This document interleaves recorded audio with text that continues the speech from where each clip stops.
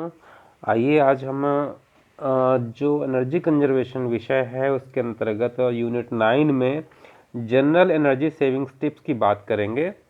तो general energy saving tips क्या हो सकती हैं ये हम देखते हैं।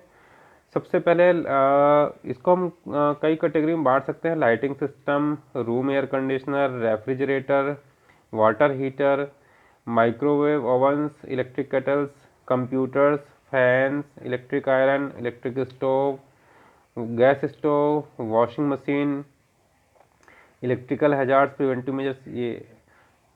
ये हमारे पास ऑप्शंस हैं।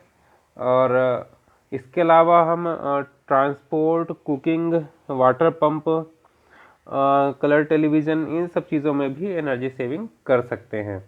तो आइए देखते हैं कि इसको थोड़ा सा डिटेल देख लेते हैं। ये बहुत ही इंपॉर्टेंट टॉपिक है, ये हमें सभी को जानना ज़रूरी है, क्योंकि हम प्रतिदिन घर में जहाँ भी जब भी ज़िंदगी अपने व्यतीत करेंगे एनर्जी का यूज़ करेंगे, और एनर्जी यूज़ करेंगे तो एनर्जी हमें बचा करके काम करना चाहिए। तो उसके लिए क्या क्या ऑप्शंस हैं। सबसे पहले tips for lighting system. One of the best energy saving devices is the light switch. Turn off light when not required. तो सबसे पहला जो सबसे अच्छा एनर्जी सेविंग डिवाइस है वो लाइट स्विच है। स्विच कैसे काम करता है आपको भी पता है, ऑन ऑफ के लिए काम करता है। तो जब हमारी लाइट यूज़ नहीं हो रही है तो हमें इसे ऑफ कर देना चाहिए। Many automatic devices can help in saving energy used in lighting. Consider employing infrared sensor, motion sensors, automatic timers, dimmers, and solar cells wherever applicable to switch on off lighting circuit. तो आजकल ये automatic devices काफ़ी ज़्यादा आ रही हैं, हम भी use कर सकते हैं इसमें एनर्जी सेविंग्स के लिए। तो ऑटोमेटिक डिवाइसेस में हम सेंसर्स लगा सकते हैं, इंफ्रारेड सेंसर, मोशन सेंसर्स लगा सकते हैं, ऑटोमेटिक टाइमर्स लगा सकते हैं, डीमर लगा सकते हैं, सोलर सेल लगा सकते हैं। तो जहाँ पर जैसा हमें ज़रूरत है वहाँ पर हम लगा सकते हैं। जैसे कि आपने देखा होगा होटलों में भी हम लोग जब पानी सेविंग के लिए करते हैं, तो पानी सेविंग की अगर बात करें तो उसमें सेंसर लगा होता है, और वो जब हम हाथ सामने रखते हैं तो पानी आ जाता है, और फिर जब हाथ हटा लेते हैं तो पानी चला जाता है। तो इसी टाइप से अब हमें इलेक्ट्रिकल अप्लायंसेस में भी जब हमारी यूज नहीं हो रही, जैसे हम सोलर लैंप बनाते हैं तो उसमें जैसे अंधेरा हो जाता है तो स्ट्रीट लाइट ऑटोमेटिकली जल जाती है, और फिर जब सवेरे का टाइम आता है, सूरज उगता है, रोशनी होती है, तो ऑटोमेटिक लाइट स्विच ऑफ हो जाती है। तो ये वेरियस सेंसर्स हैं हमारे पास। तो ये इन सेंसर्स का यूज़ हमें करना चाहिए टेक्नोलॉजी का, ताकि हम एनर्जी सेविंग कर सकें। As far as possible use task lighting which focuses light where it's needed. इसका मतलब क्या है कि जब हमें लाइट वहीं पर यूज करनी चाहिए, प्रकाश वहीं यूज करना चाहिए जहाँ पर उसकी आवश्यकता है। प्रकाश का मैक्सिमम यूज वहाँ पर हो जहाँ हमें आवश्यकता है, दाएं बाएं नहीं यूज करना चाहिए। A reading lamp for example lights only reading material rather than the whole room. जैसे कि एक उदाहरण दे रखा है कि हम जो रीडिंग लैम्प यूज करते हैं टेबल में पढ़ते टाइम, तो वो केवल रीडिंग मटेरियल पर ही फोकस करता है, पूरे कमरे को रोशनी नहीं देता है। तो वो हमें कम रोशनी में काम बन सकता है, हमारा कम वोल्टेज में हम काम कर सकते हैं। तो इसलिए वो फोकस्ड लाइट अगर रहेगी तो हमारी एनर्जी सेविंग हो सकती है। Dirty tube lights and bulb reflect less light and can absorb 50% of light. Dust your tube lights and lamps regularly. तो ये भी बहुत इंपॉर्टेंट है, हमें अपने ट्यूबलाइट और बल्ब जितने भी हैं सभी को समय समय पर साफ करते रहना चाहिए। अगर वो गंदगी है उसमें जमी हुई है तो वो हमारी प्रकाश को रोक सकते हैं, 50% तक प्रकाश को रोक सकते हैं। तो अगर हम उसको डेली साफ करते रहेंगे तो हम ये बहुत अच्छी अपनी ऊर्जा की बचत कर सकते हैं। Fluorescent tube light and CFLs convert electricity to visible light up to 5 times more efficiently than ordinary bulbs and thus saves about 70% of electricity for the same lighting levels. तो अभी भी कई जगहों पर जैसे हमने रिप्लेस तो कर रखा है ऑर्डिनरी बल्ब्स को, लेकिन फ्लोरेसेंट ट्यूब यूज़ कर रहे हैं, उसकी जगह पर CFL यूज़ कर रहे हैं। लेकिन अब तो बेहतर ऑप्शन आ गया इनसे कि LED यूज़ करें, या आपके पास जो T5 जो मैंने कल डिस्कस किया था वो हम ट्यूबलाइट जो है छोटी वाली LED वाली जो ट्यूबलाइट आती है वो हम यूज़ कर सकते हैं। तो वो इन सब से भी ज़्यादा ऊर्जा की बचत कर सकती है। 90% of the energy saving consumed by an ordinary bulb is given off as heat rather than visible light. तो ये एक नुकसान है हमारे फ्लोरेसेंट बल्ब का, और जो हमारे जो फिलामेंट वाले बल्ब होते हैं उसमें क्या होता है, एनर्जी सेविंग हमारी नहीं हो पाती है। वो ज़्यादातर ऊष्मा जो है वो ज़्यादातर एनर्जी का यूज़ जो ऊष्मा के रूप में कन्वर्ट करके देते हैं, मतलब हीट एनर्जी जनरेट करते हैं बजाय कि प्रकाश ऊर्जा बन गई, इसलिए उनको हटाया गया था। तो इसकी जगह पर एलईडी यूज़ किया गया है। Replace your electricity guzzling ordinary bulbs with more efficient types, compact fluorescent lamps, CFL, use up to 75% less electricity than incandescent lamps। तो ये हमारे पास अब इसका ऑप्शन है, एलईडी हम यूज़ कर सकते हैं। A 15 watt compact fluorescent bulb produces the same amount of light as 60 watt incandescent bulb. तो एक एग्जांपल दे रखा है कि 15 वाट का हम fluorescent bulb, compact fluorescent bulb use करेंगे तो 60 वाट बल्ब के बराबर वो लाइट देता है। लेकिन इससे भी अब हमारे पास, आपको मैंने बताया कि इससे भी अच्छे हमारे पास ऑप्शंस आ गए हैं, तो हमें उस पर जाना चाहिए। नेक्स्ट है room air conditioners. Room air conditioners की बात करते हैं। Tips for room air conditioners क्या हो सकते हैं हमारे लिए? यूज सीलिंग और table fan as first line of defence against summer heat. तो पहला काम क्या है कि हमें गर्मी भगाने के लिए क्या यूज़ करना चाहिए? टेबल फैन का या सीलिंग फैन का यूज़ करना चाहिए। Ceiling fans for instance cost about 30 पैसे an hour to operate, much less than air conditioners. Air conditioner की जो कॉस्ट है वो 10 रुपया पर आवर पड़ती है करीब ऑपरेटिंग कॉस्ट, जबकि सीलिंग फैन की कॉस्ट 30 पैसे प्रति घंटा कॉस्ट पड़ती है। तो डेफिनेटली एक बहुत बड़ा अमाउंट है heat saving, energy saving, money savings में भी और एनर्जी सेविंग्स में भी। You can reduce air conditioning energy use by as much as 40% by shading your home's windows and walls. Plant trees and shrubs to keep the day's hottest sun off your house.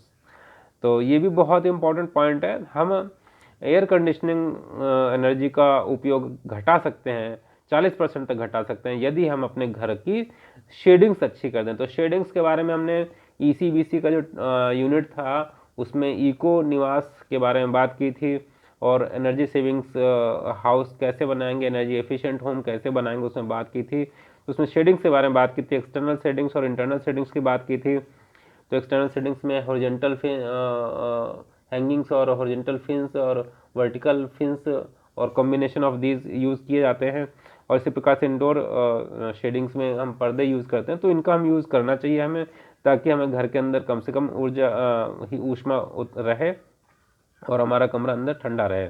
दूसरा option क्या है? Plant trees and shrubs to keep the days hottest sun off your house.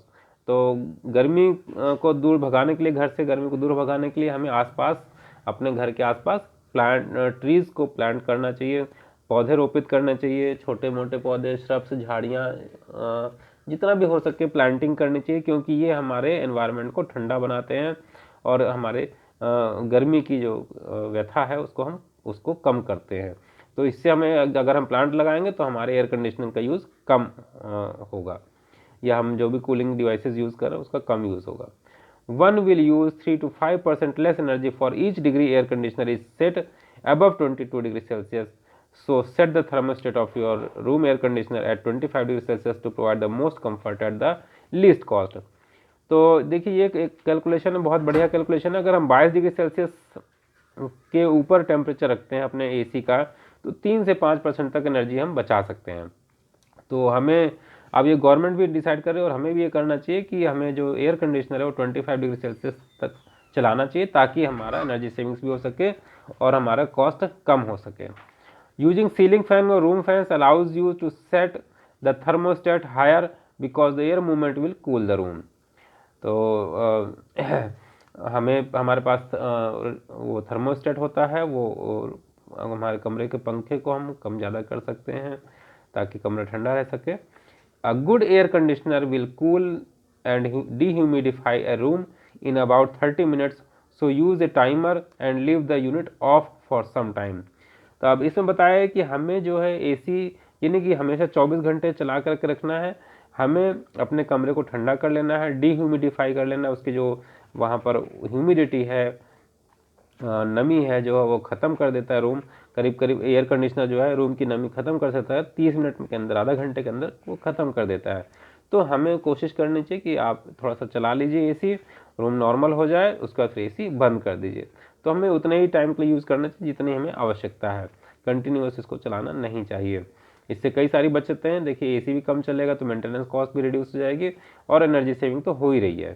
Keep doors to air conditioner rooms closed as often as possible, और ये भी ध्यान रखना चाहिए कि दरवाजे खिड़कियां जो है बंद हो जब आपका एसी चल रहा हो, ताकि एसी की ठंडक जो है सब जगह ना पहुंचे। Clean the air conditioner filter every month, और ये भी बहुत ज़रूरी है, एयर कंडीशनर फिल्टर को मैं हर महीने साफ़ करते रहना चाहिए, क्योंकि उसमें क्या होता है उसमें कचरा जम जाता है, धूल धक्कड़ जम जाती है। तो अगर वो साफ़ रहेगा तो कूलिंग आपकी अच्छी रहेगी। तो कई बार हम सोचते हैं कि पता नहीं क्यों ठंडक नहीं दे रहा है, और हम ध्यान नहीं देते कि एक एक दो दो महीने हमारा एयर कंडीशनर की जाली हुआ साफ़ नहीं करते हैं। तो वो साफ़ करना बहुत आसान है, आप यूट्यूब की वीडियो पर देख सकते हैं, खुद भी साफ़ कर सकते हैं बड़े आराम से निकाल करके। तो इसको सबको करना चाहिए। A dirty air filter reduces airflow and may damage the unit. Clean filters enable the unit to cool down quickly and use less energy. तो अगर हमारे पास फिल्टर साफ होंगे तो जल्दी से एयर को कूल कर देंगे और कम एनर्जी का कंज्यूम करेंगे और हमें ठंडी हवा जल्दी से जल्दी मिलेगी। If room air conditioner is older and needs repair, it's likely to be very inefficient. It may work out cheaper on life cycle costing to buy a new energy efficient air conditioner. और अगर आपका AC बहुत ज़्यादा पुराना हो गया है और बार बार वो मरम्मत मांग रहा है तो फिर उसको हमें रिप्लेस करने में फ़ायदा, क्योंकि हमारे पास ये एनर्जी एफिशिएंट एयर कंडीशनर मिल जाएंगे। और क्योंकि टेक्नोलॉजी हमेशा चेंज होती रहती है, तो 5-1 साल में आपको अगर आप देखें मार्केट में जा करके तो 5 साल के अंतराल में नए एसी बहुत अच्छी टेक्नोलॉजी वाले जाते हैं और एनर्जी एफिशिएंट एयर कंडीशनर मिल सकते हैं। तो हमें उनको यूज़ करना चाहिए, पुराने वालों को रिप्लेस कर देना चाहिए। नेक्स्ट पॉइंट है रेफ्रिजरेटर्स की बात करते हैं। Make sure that refrigerator is kept away from all sources of heat, including direct sunlight, radiators, and appliances such as the oven and cooking range. When it's dark, place a lit flashlight inside the refrigerator and close the door if light around the door is seen and the seals need to be replaced. तो refrigerator का भी हमें अपना ध्यान रखना चाहिए। Make sure that refrigerator is kept away from all sources of heat.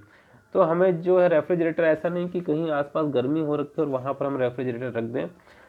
Direct sunlight में भी नहीं रखना चाहिए, किसी रेडिएटर के पास भी रखना चाहिए। और जैसे अप्लायंसेस जैसे ओवन है या कुकिंग रेंज है, हम कहीं खाना पका रहे हैं वहाँ से हीट निकल रही है तो उसके आसपास अगर हम रेफ्रिजरेटर रख देंगे तो भी हमारा वो एफिशिएंसी घटा देगा। When it's dark, place a lit flashlight inside the refrigerator. और तो जब हमारे पास अंधेरा रहता है तो डेफिनेटली रेफ्रिजरेटर के अंदर एक बल्ब लगा होता है, वो लाइट जला देती है। और जब बल्ब बंद होता है तो वो जब दरवाज़ा बंद होता है तो लाइट हमारी बंद होती है ऑटोमेटिकली। और इस प्रकार से हमें आवश्यकता नहीं पड़ती है कि हम ऐसी कोई जगहों पर जहाँ डायरेक्ट सनलाइट हो वहाँ पर हम रेफ्रिजरेटर रखें। तो अपना जहाँ पर थोड़ा सा डार्क साइड है तो वहाँ पर अगर हम रखेंगे तो हमारे एफिशिएंसी जो है रेफ्रिजरेटर की बढ़ जाएगी। तो हमें इस चीज़ का ध्यान रखना चाहिए कि रेफ्रिजरेटर हमें कहाँ प्लेस करना है, और दीवार से बिल्कुल सटा करके भी नहीं रखना चाहिए। तो देखिए refrigerator Motors and compressor generate heat, so allow enough space for continuous air flow around the refrigerator. तो रेफ्रिजरेटर ऐसा नहीं कि कोने कुतरे में आपने लगा दिया जहाँ से बिल्कुल हवा पास ही नहीं हो पा रही है। रेफ्रिजरेटर के पीछे जो है वो हवा पास होने का रास्ता होना चाहिए, उसमें से हवा कंटिन्यूसली चेंज होती रहे, क्योंकि जो हमारे पास मोटर और कंप्रेसर रेफ्रिजरेटर में लगे होते हैं वो बराबर हीट जनरेट करते रहते हैं, ऊष्मा जनरेट करते रहते हैं। तो वो ऊष्मा जितनी ज़्यादा निकल जाएगी वहाँ से हट करके दूसरे के चली जाएगी, उतना ही रेफ्रिजरेटर एफिशिएंटली काम करता है। If the heat can't escape, यदि हीट नहीं निकल पाएगी, the refrigerators cooling system will work harder and use more energy.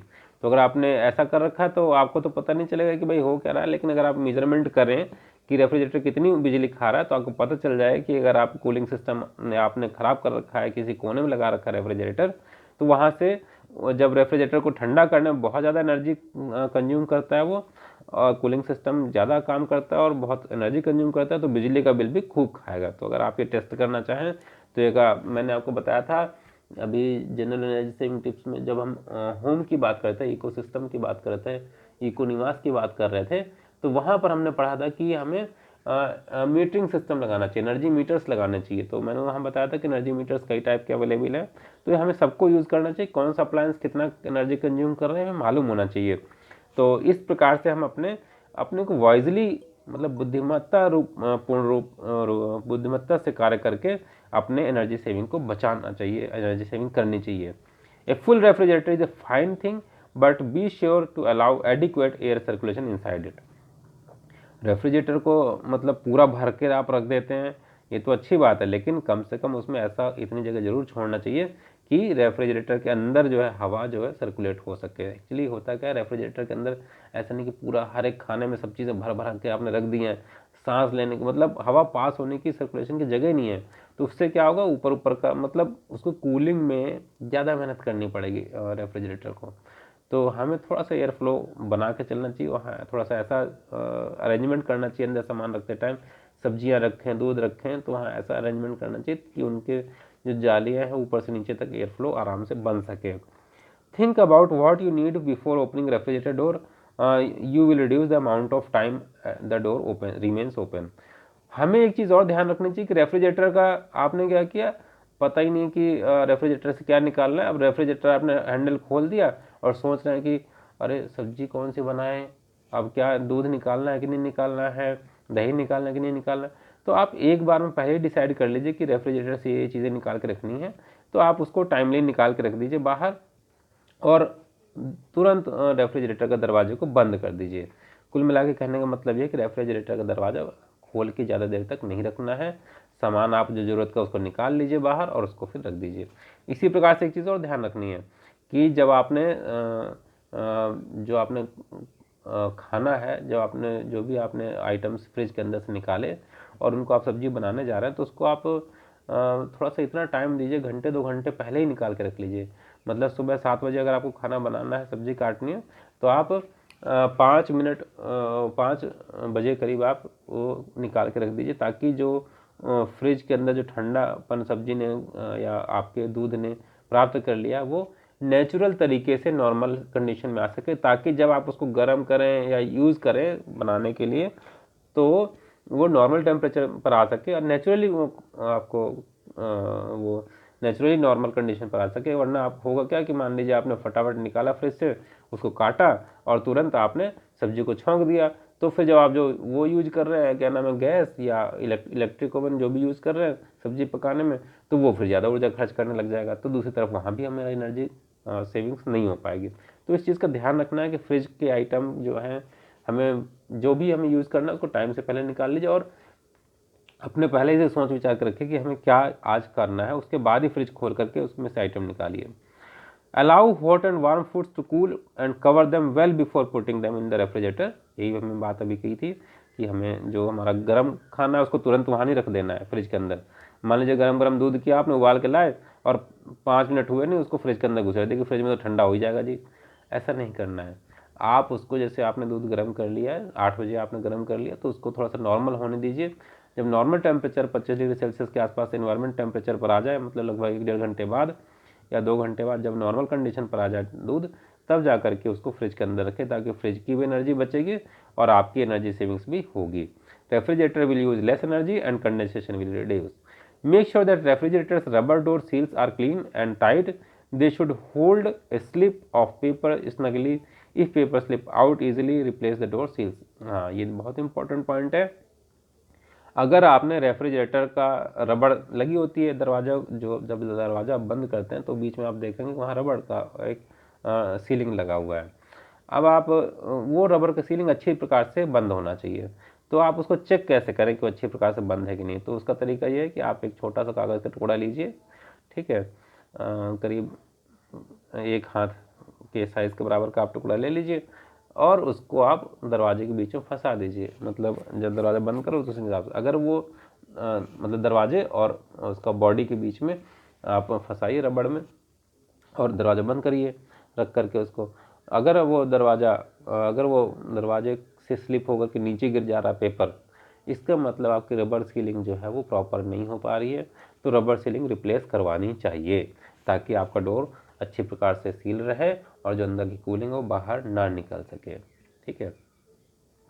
Make sure that refrigerators rubber door seals are clean and tight. वो साफ़ सुथरे भी होने चाहिए, ऐसा नहीं गंदगी उसमें लगी हो, क्योंकि गंदगी की वजह से भी कई बार वो कूलिंग जो है अंदर की बाहर निकल आती है। They should hold a slip of paper snugly. If paper slip out easily, replace the door seals.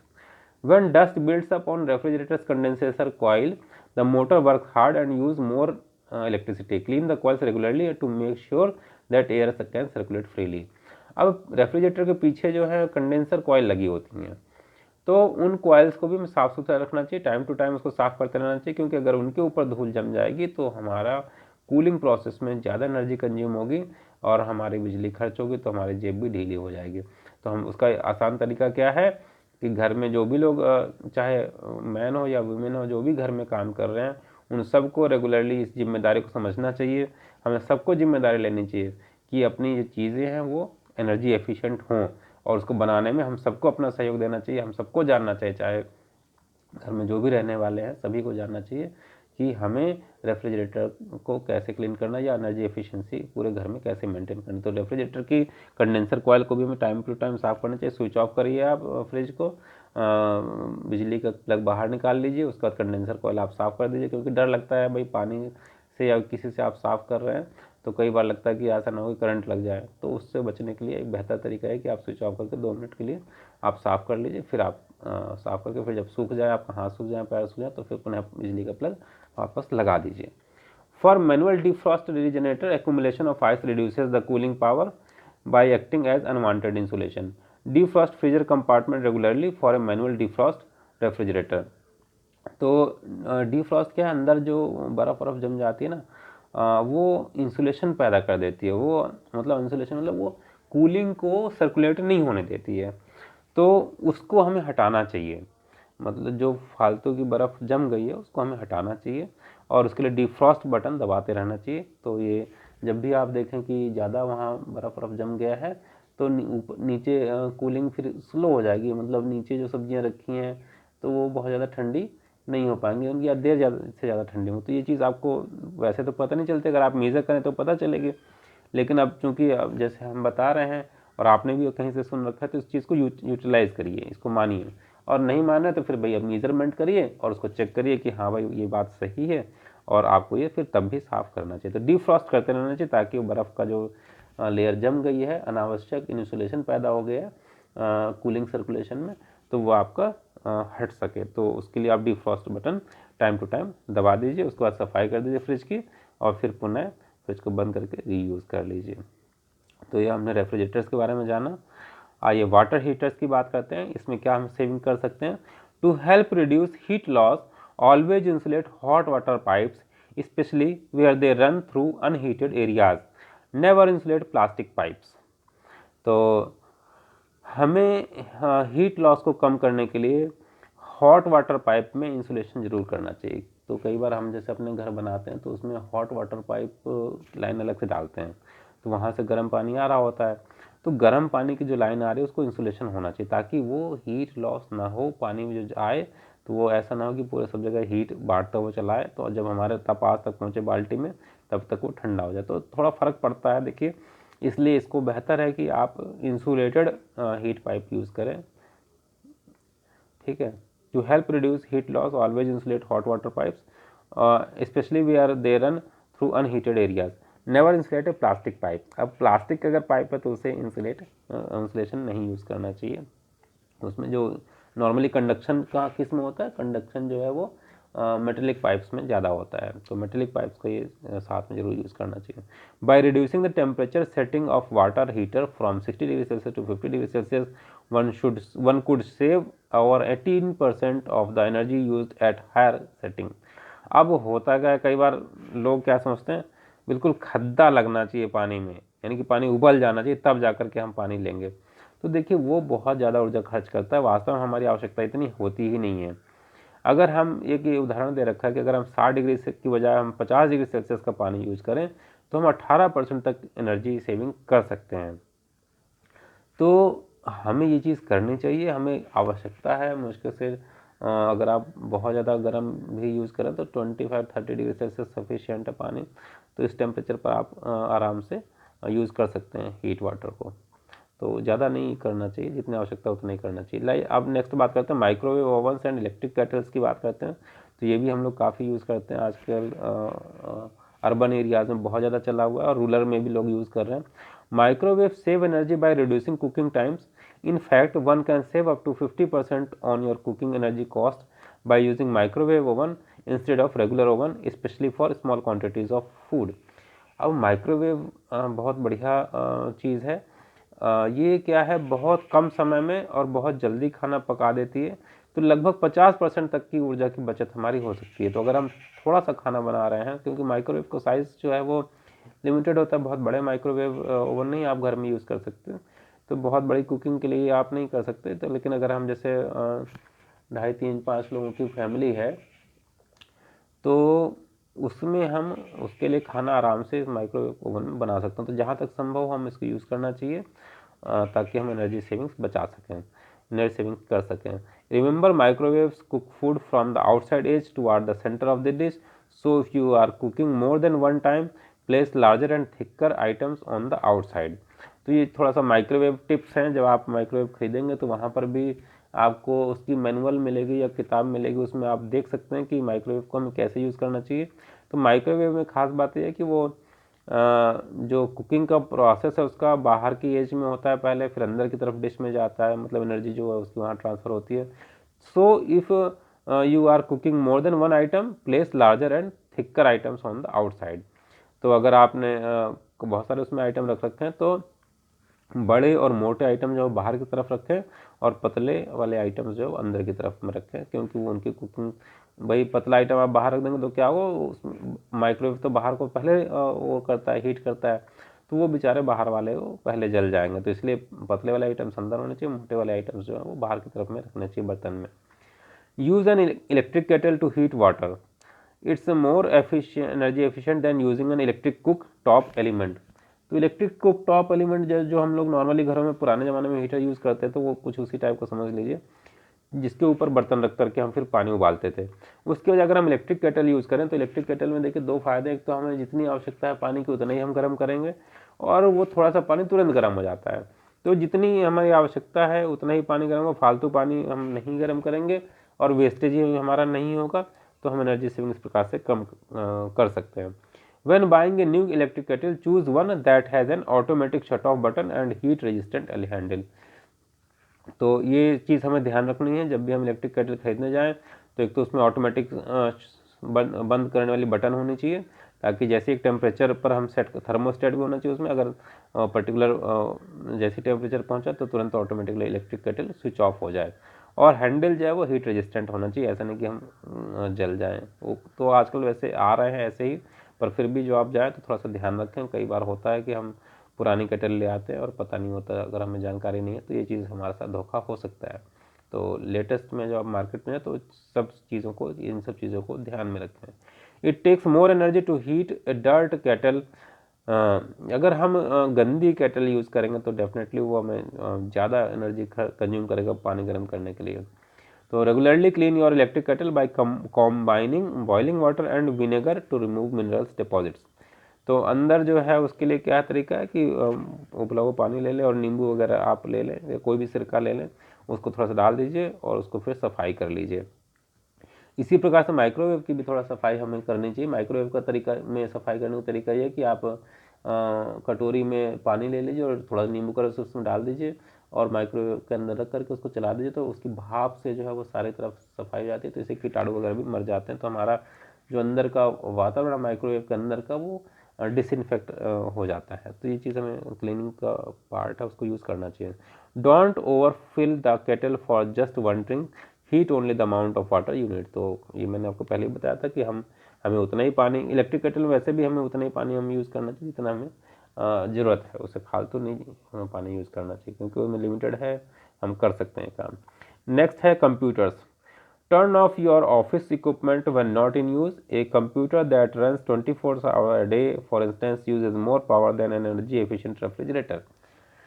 तो देखिए बहुत बड़ी बात कही है कि अगर आप एनर्जी एफिशिएंट रेफ्रिजरेटर यूज़ कर रहे हैं तो उससे भी ज़्यादा ऊर्जा जो है एक कंप्यूटर अगर आप 24 घंटे चला रहे हैं तो वो खा जाएगा आपकी।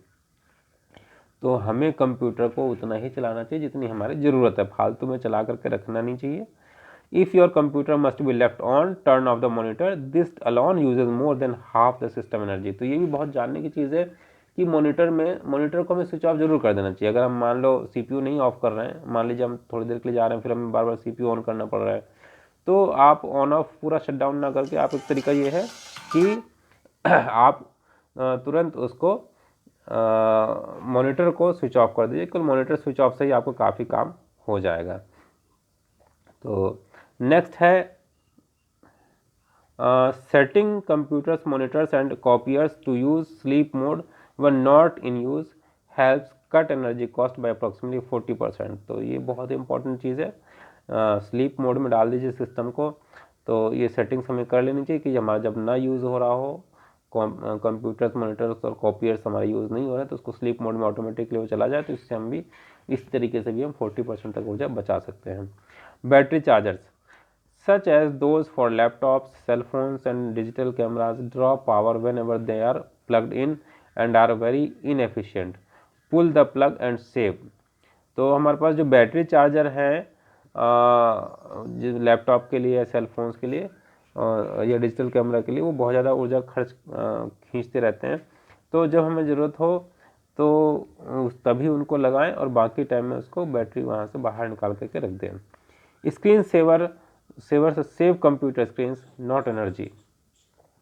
स्क्रीन सेवर जो हम लगाते हैं वो कंप्यूटर स्क्रीन को सेव करता है, जबकि एनर्जी को सेव नहीं करता है। तो ये चीज़ ध्यान देने की है कि मॉनिटर जो है, जब हम सोच रहे हैं कि मॉनिटर हमारा ऑफ हो गया, ऐसा नहीं है। स्क्रीन से केवल और केवल कंप्यूटर की स्क्रीन जो है बच रही, मतलब जो उसका स्क्रीन की क्वालिटी, स्क्रीन जिस भी चीज़ की बनी रहती है, तो वो स्क्रीन को उसकी लाइफ बढ़ाता है, स्क्रीन की लाइफ, लेकिन एनर्जी कंजम्पशन नहीं कम करता है।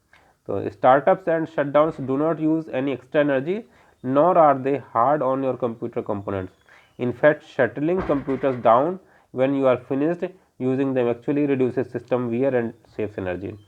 तो जब हमारे पास कंप्यूटर को नहीं यूज़ करना, तो हमें क्या करना चाहिए, कंप्यूटर को पूरी तरह बंद कर देना चाहिए, शट डाउन करना देना चाहिए। ये हमारे कंप्यूटर सिस्टम को वियर एंड टियर से बचाता है और एनर्जी भी सेव करता है। तो ये चीज़ बहुत इंपॉर्टेंट है, कंप्यूटर के बारे में हमें जानना चाहिए। नेक्स्ट फैंस की बात करते हैं। Replace conventional regulators with electronic regulators for ceiling fans. Install exhaust fans at a higher elevation than ceiling fans. तो जहाँ पर ऊंचाई बहुत ज़्यादा है वहाँ पर हमें सीलिंग फैन की बजाय एग्जॉस्ट फैन यूज़ करना चाहिए, और जहाँ पर हमारे पुराने रेगुलेटर्स लगे हुए रेजिस्टेंस वाले, उनकी बजाय इलेक्ट्रॉनिक रेगुलेटर्स को यूज़ करना चाहिए। तो ये बहुत इंपॉर्टेंट पॉइंट है। और फैंस जो है डेफिनेटली एनर्जी एफिशिएंट फैन हमें यूज़ करना चाहिए। तो ये चीज़ हमें ध्यान रखनी चाहिए। आज की डेट में मैंने अभी आपको लास्ट चैप्टर में बताया था कि डीसी ब्रशलेस डीसी मोटर्स वाले फैंस हमारे पास अवेलेबल है, तो हम उनको भी यूज़ कर सकते हैं। टिप्स फॉर इलेक्ट्रिक आयरन की बात करेंगे तो select iron boxes with automatic temperature cut off, use appropriate regulator position for ironing, do not put more water on the clothes while ironing, do not iron wet clothes. तो जब हम बिजली का iron use कर रहे हैं, electric iron use कर रहे हैं, तो उसको यूज़ करने के टाइम में भी हमें कई चीज़ें ध्यान रखनी चाहिए। एक तो वो ऑटोमेटिक टेम्परेचर कट ऑफ वाला सिस्टम उसमें ऑन होना चाहिए, और हमें बहुत ज़्यादा टेम्परेचर पर नहीं इसको प्रेस करना चाहिए। और साइमल्टेनियसली जब हम कपड़ों को प्रेस कर रहे हैं या आयरन कर रहे हैं, तो उसमें पानी छिड़कते हैं हम लोग। तो ये नहीं कि बहुत ज़्यादा पानी छिड़क दें, तो हमें बिल्कुल अगर करना भी पानी छिड़कने की आवश्यकता पड़े तो केवल और केवल जहाँ ज़रूरत हो वहीं पर पानी छिड़क लाइनिंग में लगा दीजिए आप, ताकि लाइनिंग सीधी हो जाए। और गीले कपड़ों पर प्रेस नहीं करना चाहिए, तो इससे हम ऊर्जा बचा सकते हैं। नेक्स्ट है electric stove and gas stove. Turn off electric stove several minutes before the specified cooking time. तो ये भी एक एनर्जी सेविंग की बहुत अच्छी टिप है कि इलेक्ट्रिक स्टोव को आप जब हम यूज़ कर रहे हैं तो वो गर्म हो चुका होता है, तो उसको हम पहले ही 2-3 मिनट पहले ही बंद कर देंगे, तो हमारा वो ऊर्जा भी मेंटेन रखता है और कुकिंग टाइम भी हमारा जो है वो कुकिंग भी आराम से हो जाती है उतनी एनर्जी से, और एनर्जी सेविंग्स हम कर सकते हैं इस प्रकार से। Use flat bottomed pans that make full contact with cooking coil. तो ये नॉर्मल जैसे इंडक्शन आप चूल्हा यूज़ कर रहे हैं, तो उसमें क्या होता है कि जो हमारा बर्तन पूरा चिपक के बैठना चाहिए। फ्लैट बॉटम पैन होगा तो फुल कॉन्टैक्ट बनाएगा कुकिंग कॉइल से, और इस प्रकार से पूरी की पूरी ऊर्जा ट्रांसफ़र हो जाएगी आराम से। तो मैक्सिमम एनर्जी ट्रांसफ़र होती है, तो हमारे एनर्जी सेविंग्स हो जाती है इस प्रकार से। इसी प्रकार से गैस स्टोव की अगर बात करें, when cooking on a gas burner use moderate flame settings to conserve LPG. हमें हमेशा फ्लेम सेटिंग जो मॉडरेट मतलब मध्यम स्पीड में रखनी चाहिए, ताकि हमारी एलपीजी बच सके। Remember that a blue flame means your gas stove is operating efficiently. तो अगर नीली नीली फ्लेम जल रही है तो इसका मतलब आपका गैस स्टोव जो है वो बहुत अच्छा काम कर रहा है, energy efficient point of view से काम कर रहा है। Yellowish flame is an indicator that burner needs cleaning. और अगर थोड़ा सा पीला पीला आपका फ्लेम आ रहा है उसमें, तो समझिए कि बर्नर को सफाई की आवश्यकता है। Use pressure cookers as much possible, जितना भी संभव हमें प्रेशर कुकर में खाना बनाना चाहिए। Use lids to cover the pans while cooking, हमें पैन का वो जब भी हम ढक्कन पैन को जो है ढक्कन से ढक करके खाना पकाना चाहिए। ये दोनों ही तरीके से फ़ायदा, एक तो एनर्जी सेविंग्स तो करता ही करता है, साइमल्टेनियसली जो न्यूट्रिएंट्स हैं सब्जी के अच्छे तत्व हैं, सब्जी या जो भी आप पका रहे हैं उसके अच्छे तत्व हैं वो भी बाहर नहीं निकलने पाते हैं। Bring items taken out of fridges refrigerators like vegetables, milk etcetera to room temperature before placing on the gas stove for heating. तो ये मैंने आपको पहले भी डिस्कस किया था कि जो हम रेफ्रिजरेटर में आइटम रखने जा रहे हैं या वहाँ से बाहर निकाल रहे हैं, दोनों के साथ ही यही चीज़ होनी चाहिए। जब हम कोई आइटम रेफ्रिजरेटर में रखने जा रहे हैं, तो जैसे दूध वगैरह या सब्जी वगैरह थोड़ा बची हुई, तो आप उसको क्या है पहले नॉर्मल टेम्परेचर पर आना दीजिए। गर्म दूध है उसको तुरंत फ्रिज के अंदर नहीं घुस देना, आप उसको 2 घंटे 3 घंटे नॉर्मल टेम्परेचर पर जब वो आ जाए, सर्दियों में जल्दी आ जाएगा और गर्मियों में थोड़ा देर से नॉर्मल टेम्परेचर पर आएगा दूध, तो गर्म चीज़ जो है वो नॉर्मल टेम्परेचर जब आ जाए तभी उसको फ्रिज में रखना चाहिए। इस प्रकार से हम फ्रिज की ऊर्जा भी बचा सकते हैं और अपने आइटम्स को भी हम ख़राब होने से बचा सकते हैं। और सिमिलरली जब हम फ्रिज से कोई आइटम निकाल रहे हैं, सब्जी बनाने के लिए, दूध गर्म करने के लिए निकाल रहे हैं, पीने के लिए निकाल रहे हैं, सुबह सुबह चाय बनाने के लिए निकाल रहे हैं, तो उसको हमें 1-2 घंटे पहले ही निकाल लेना चाहिए ताकि हमारा टेम्परेचर वो रूम टेम्परेचर पर आ जाए और एकदम से हम उसको गैस स्टोव में या इलेक्ट्रिक ओवन में ना रखें। Use solar water heater a good replacement for electric water heater. तो अब एक चीज़ और है, इलेक्ट्रिक वाटर हीटर की बजाय अगर हम सोलर वाटर हीटर यूज़ करें तो हमारे बहुत बचत होगी ऊर्जा की, क्योंकि सोलर वाटर हीटर जो है लॉन्ग लाइफ होती है उसकी और ज़्यादा टाइम तक हमारी एनर्जी सेविंग कर सकता है। नेक्स्ट आइए बात करते हैं वॉशिंग मशीन की। Washing machine always wash only with full loads, use optimal quantity of water, use timer facility to save energy, use correct amount of detergent, use hot water only for very dirty clothes, always use cold water in rinse cycle, prefer natural drying over electric dryers। तो ये हमारे पास energy savings हैं washing machines के लिए। हमें हमेशा ऐसा नहीं कि पता चला कि 2 कपड़े आपने सुखाए, वो 2 कपड़े आपने वॉशिंग मशीन में डाल दिए, उन्हें धोया और उन्हें सुखा लिया और उनको बाहर डाल देता, ऐसा नहीं करना चाहिए। अगर आपके पास 6 लीटर की वॉशिंग मशीन है तो उसमें कोशिश करिए कि वो फुल लोड पर काम करे। जब आपके कई सारे कपड़े इकट्ठे हो जाएं तभी उनको वॉशिंग मशीन में डालिए और उससे क्या होगा कि ऑप्टिमल क्वांटिटी ऑफ वाटर भी आप यूज़ करेंगे और एक साथ एक ही स्पिन में सारे कपड़े आपके जो है वो साफ़ हो जाएंगे। टाइमर फैसिलिटी यूज़ करना चाहिए एनर्जी सेविंग के लिए। कितने टाइम तक हमें वॉश करने में पता होता है कि कितने टाइम में हमारे कपड़े साफ़ हो जाते हैं, उसको ध्यान रखना चाहिए और एक वैरायटी के कपड़े एक टाइप में डालने चाहिए। कि इससे फ़ायदा है तो मान लीजिए चद्दर वगैरह है वो ज़्यादा देर तक आपको रोटेट करना पड़ रहा है, लेकिन शर्ट्स वगैरह हैं वो पतली होती हैं, वो जल्दी साफ़ हो जाती हैं। तो शर्ट्स का सारी एक कैटेगरी रखिए, चद्दर को जब डाले तो एक कैटेगरी में एक टाइम पर स्लॉट में डालिए, उन सबको एक साथ डालिए, तो उससे भी हम एनर्जी सेविंग कर सकते हैं। तो ये घर में जो भी लोग रहने वाले हैं और वॉशिंग मशीन यूज़ कर रहे हैं तो इन सब चीज़ को ध्यान रखना चाहिए। करेक्ट अमाउंट ऑफ डिटर्जेंट, ऐसा ना हो कि डिटर्जेंट बहुत कम आपने डाला और उसको मशीन को चला दे रहे हैं, तो मशीन चलाने से कुछ नहीं होगा। डिटर्जेंट भी आपको करेक्ट अमाउंट में डालना चाहिए। बहुत ज़्यादा डिटर्जेंट डाल करके डिटर्जेंट बर्बाद करना भी कोई अच्छी बात नहीं है, लेकिन हाँ एक रीजनेबल अमाउंट जरूर डालना चाहिए। Use hot water only for very dirt cloth, जब कपड़े बहुत गंदे तभी हमें गर्म पानी का यूज़ करना चाहिए, अदरवाइज नॉर्मल रूम टेम्परेचर वाले पानी से ही कपड़े धो लेने चाहिए। Always use cold water in the rinse cycle, और जब हम रिंजिंग कर रहे हैं मतलब सफाई धुलाई और सुखा रहे हैं तो उस टाइम पर हमें नॉर्मल कोल्ड वाटर ही यूज़ करना चाहिए, वो गर्म पानी से नहीं करना चाहिए। तो इससे गर्म पानी भाई पर्पज़ ये है कि गर्म पानी का यूज़ कम से कम हो। गर्म पानी आप नहीं यूज़ करेंगे तो भाई पानी जो गर्म करने में एनर्जी लग रही थी वो कम हो जाएगी।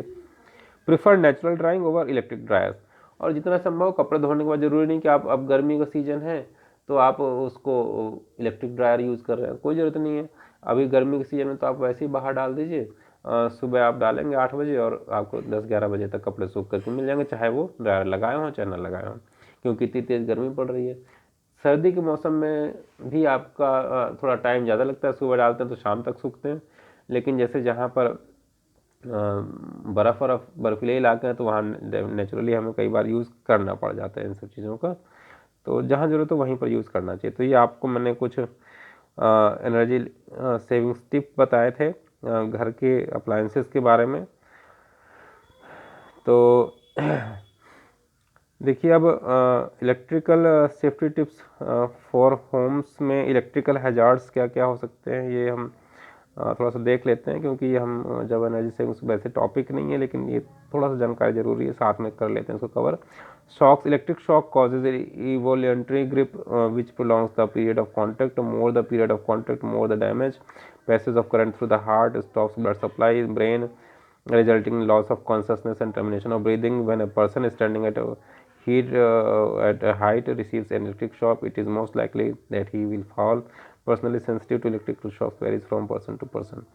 तो ये कुछ बातें हैं, इस पर बहुत डिटेल्स में मैं नहीं जाना चाहूँगा क्योंकि अभी हमारे टॉपिक कंसर्न नहीं है। तो खैर इलेक्ट्रिकल हैजार्ड्स से हमें बचना चाहिए, जो हमने देखे हैं, ठीक है। तो ये मैंने आपको बताया। एनर्जी कंजम्पशन कैलकुलेटर्स बहुत सारे मार्केट्स में अवेलेबल हैं, तो इस प्रकार से अवेलेबल है। इसमें मान लीजिए हम इक्विपमेंट का नाम डालते हैं, जैसे हमने कह दिया यहाँ पर फ़ैन डाला हमने, ठीक है। और नेक्स्ट स्टेप पर चलते हैं।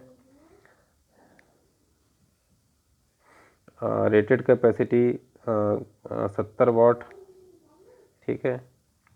क्वांटिटी मान लीजिए एक फ़ैन के लिए कैलकुलेट कर रहे हैं और डेली यूजेस हम चला रहे हैं उसको 12 घंटे चला रहे हैं, क्योंकि गर्मी के सीज़न में ज़्यादा चलाते हैं।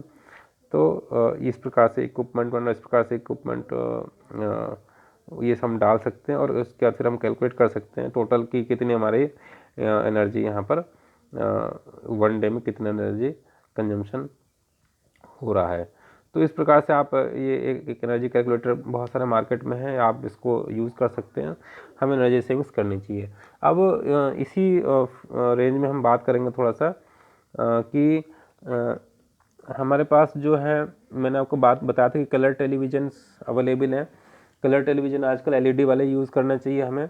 इसी प्रकार से वाटर पंप है। वाटर पंप जो है मान लीजिए 3 फेज़ वाले आपने लगा रखे हैं घरों में, क्योंकि गांव देहात में क्या होता है 3 फेज़ के पंप कई बार लगा लेते हैं, तो उसको कम से कम यूज़ करना चाहिए, क्योंकि सबसे ज़्यादा वो ऊर्जा एनर्जी कंज्यूम करता है। तो सिंगल फेज़ वाले वो पंप जो है वो ठीक रहते हैं। और एक बात और है कि जैसे नॉर्मल जो सप्लाई आ रही है उसी सप्लाई पे के पानी को हमें यूज़ करना चाहिए। हमें अपना इलेक्ट्रिक पंप कम से कम यूज़ करना चाहिए और पानी को बचत करते हुए यूज़ करें। ऐसा नहीं कि फालतू में यूज़ कर रहे हैं, वो गलत चीज़ है। तो वो एनर्जी कहीं ना कहीं किसी न किसी की एनर्जी वो खा रही होगी अगर आप पानी बर्बाद कर रहे हैं तो। कुकिंग टिप्स हमने बात करी थी। ट्रांसपोर्ट की अगर बात करें तो ट्रांसपोर्ट सेक्टर में बहुत ज़्यादा ऊर्जा बचा सकते हैं। हमें आज की डेट में तो सभी लोग कोशिश कर रहे हैं कि ऊर्जा बचाएं, क्योंकि पेट्रोल भी कॉस्टली हो रखा है और डीजल भी कॉस्टली है। तो हमें कोशिश करनी चाहिए, अगर थोड़ी थोड़ी जगहों पर जाना है तो हम मोटरसाइकिल बार बार ना यूज़ करें, स्कूटर मोटरसाइकिल ना यूज़ करें, इसकी बजाय हम जो है साइकिल से जाएं।